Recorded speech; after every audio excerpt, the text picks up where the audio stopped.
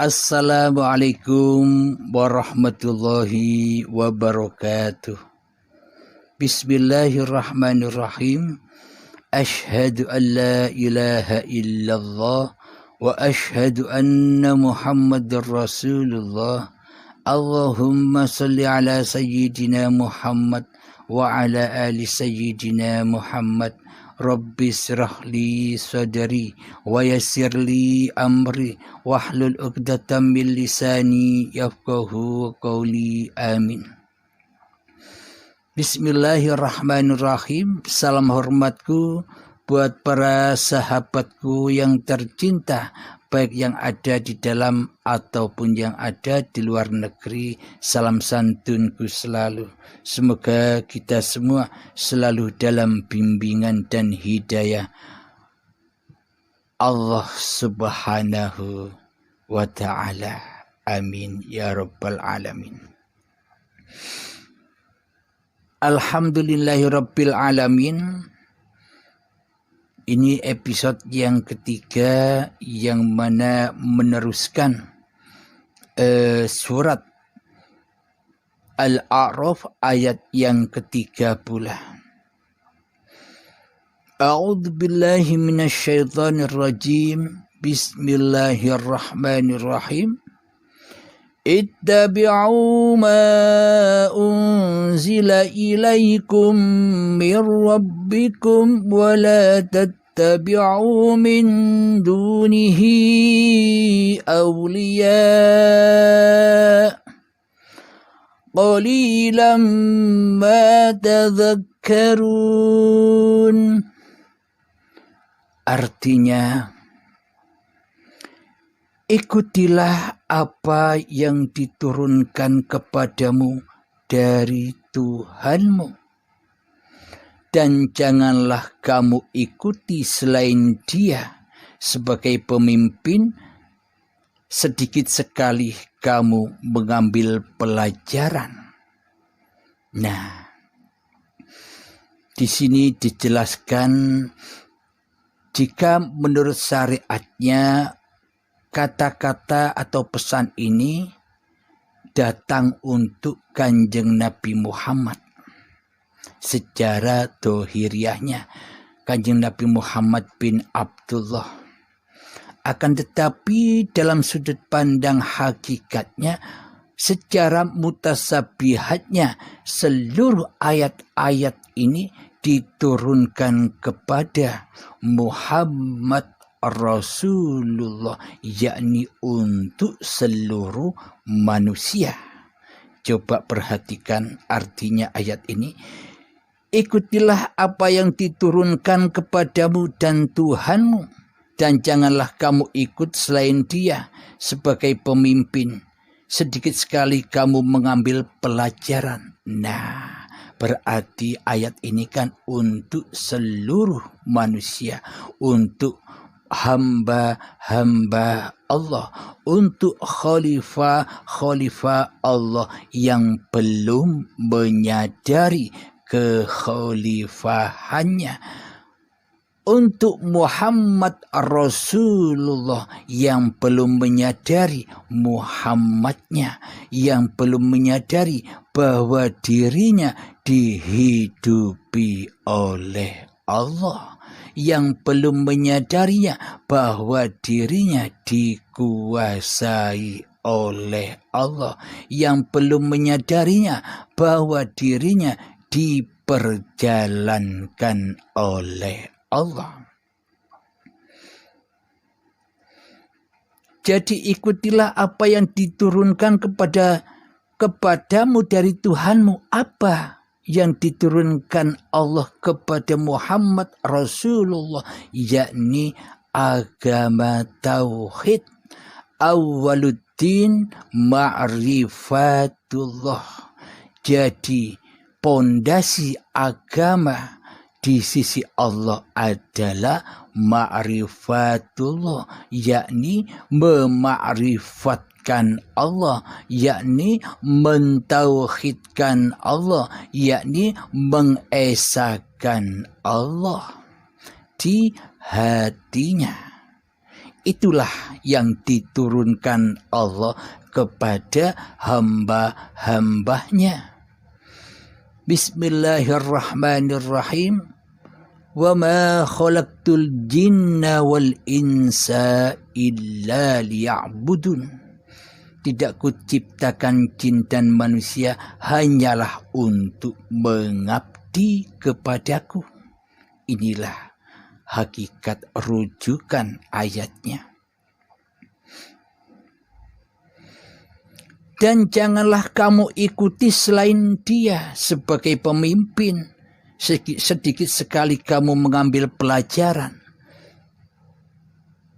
Jadi kebanyakan manusia, mayoritas manusia hanya melihat, hanya menyaksikan kepemimpinan Kanjeng Nabi Muhammad sallallahu alaihi wasallam secara dohiriyah saja. Jadi hanya menyaksikan dohir-dohirnya, sementara hatinya luput memandang siapa sih yang menghidupi Kanjeng Nabi Muhammad sallallahu alaihi wasallam. Yang dipandang hanya dohirnya, hati luput memandang hidup yang menghidupi Kanjeng Nabi Muhammad sallallahu alaihi wasallam. Maka sangat amat sedikit sekali kamu mengambil pelajaran dari contoh Kanjeng Nabi Muhammad sallallahu alaihi wasallam. Maka dari itu adanya pemaparan di uripi Allah ini, semoga kita menjadi umatnya Kanjeng Nabi Muhammad sallallahu alaihi wasallam secara kafah, zahir dan batinnya. Dengan cara apa? Contohlah bagaimana keadaan hati Kanjeng Nabi Muhammad. Contohlah Muhammad Rasulullah. Jadi kita tidak bisa apa-apa tanpa Allah, karena yang ada bukan kita, karena yang ada hanyalah Allah, karena yang wujud hanyalah Allah, karena yang hidup hanyalah Allah, karena yang berkuasa hanyalah Allah. Maka itulah iman, itulah tauhid, itulah keadaan para nabi dan para rasul, keadaan hatinya demikian. Jadi di dalam dunia ini hanya ada dua golongan, golongan kanan dan golongan kiri. Golongan para nabi dan para rasul serta golongan aulia Allah itu golongan kanan, sementara golongan kiri ditempati oleh Fir'aun, Namrud dan kawan-kawan, serta ditempati hati yang belum mentuhankan Allah di hatinya, hati yang selama ini menjadi Tuhan atas dirinya sendiri, hati yang selalu mentuhankan hawa nafsu iblis dan setannya daripada mentuhankan Allah, hati yang selalu mentiadakan kewujudan Allah, hati yang selalu menggaibkan kewujudan kehidupan dan kekuasaan Allah di hatinya. Itulah golongan Fir'aun yang ngaku-ngaku jadi Tuhan. Jadi tidak bertuhankan kepada Allah secara hati, secara hakikatnya. Mohon sekali lagi ini tidak mengkaji syariatnya, akan tetapi mengkaji kondisi hati kita selama ini. Karena apa? Karena yang dipandang Allah itu bukan dohirnya, akan tetapi hati hatinya. Bila hatinya suci, maka sucilah dohirnya. Bila hatinya najis, bila hatinya kotor, yakni bertuhankan kepada hawa nafsunya sendiri, yang wujud hawa nafsunya sendiri, maka kotorlah dohirnya. Jadi iman kepada Allah, mengabdi kepada Allah itu letaknya ada di dalam hati. Jadi ingin suci laku dohirianya, sucikan dulu batinnya. Bangunlah jiwanya, bangunlah badannya untuk Indonesia Raya. Jadi bila kita menginginkan kemenangan, menginginkan husnul khotimah di sisi Allah, ya batinnya dibangun. Jadi selama ini kan kita hanya bangun yang dohir-dohir saja, sementara batin kita selama ini maksiat kepada Allah, mensekutukan Allah dengan diri kita.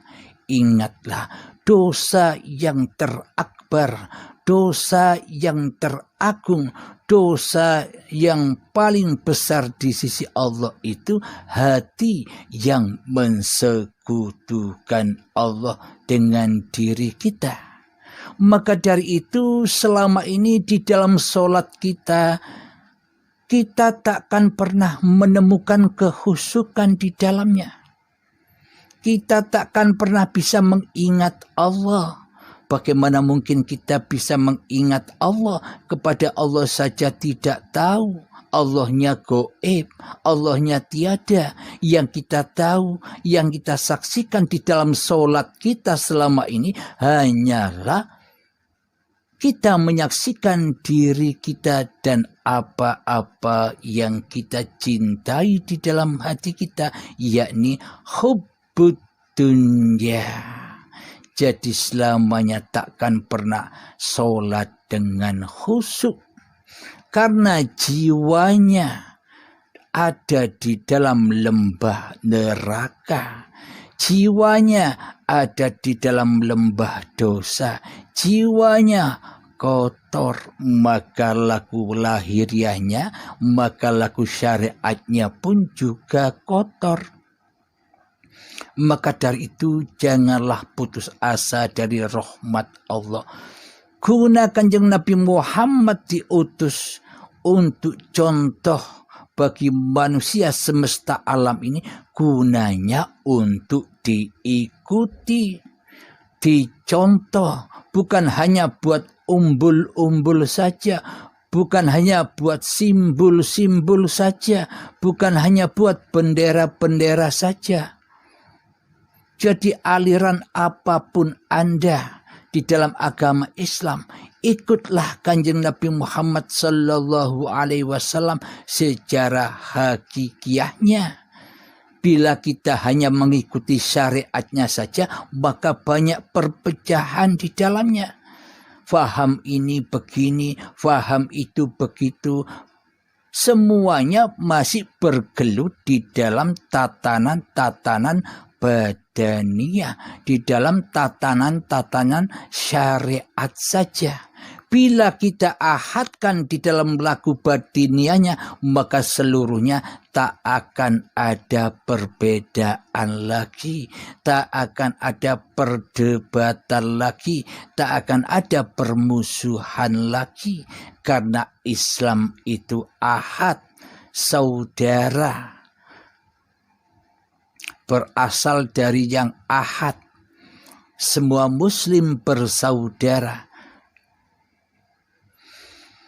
Alhamdulillahirabbil alamin. Jadi sangat amat sedikit sekali manusia yang mengikuti contoh Kanjeng Nabi Muhammad sallallahu alaihi wasallam secara kafah, secara keseluruhannya.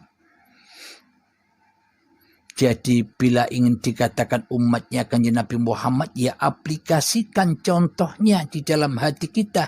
Aplikasikan Muhammad Rasulullah. inilah rahasia syahadat itu. Jadi kalau syahadat secara dohir, orang-orang yang masih duduk di syariatnya tidak akan percaya. Jadi syahadatnya cuma angan-angan saja. Di dalam hati kita selama ini, masa kita bisa menyaksikan Allah, bersaksi kepada Allah dan bersaksi kepada Muhammad Rasulullah yang sudah wafat 14 abad yang lalu. Nah, kalau kita masih memandang dohir-dohir saja, maka selamanya kita takkan bisa bersahadat. Yang dimaksud persaksian di dalam syahadat itu yang begini, yang menyaksikan bahwa hiduplah Allah dan Muhammad, badan inilah ciptaan Allah dan yang diutus Allah, diperjalankan Allah, dihidupi oleh Allah, dijaga oleh Allah. Inilah yang dimaksud syahadat itu, yang adanya di hati, bukan ada di mulut doang. Bila hati sudah bisa bersahadat seperti ini, maka seluruh sholat-sholatnya pasti lillahi ta'ala. Di dalam seluruh sholat dan ibadahnya pasti khusyuk, pasti menjadi amal yang soleh. Apa sih amal yang soleh itu? Amal yang diterima oleh Allah. Karena apa? Karena Allah sendirilah yang berbuat. Bila kita merasa berbuat amal yang soleh, bila kita merasa berbuat sholat dan ibadah, maka selamanya akan najis.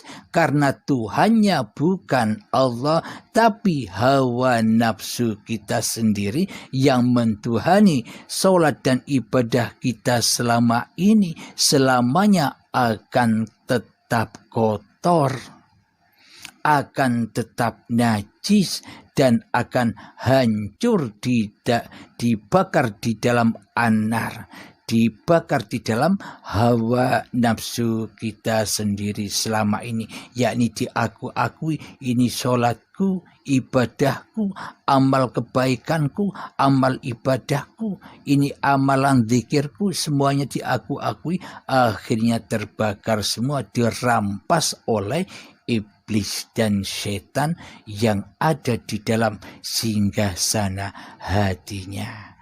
Alhamdulillahirabbil alamin.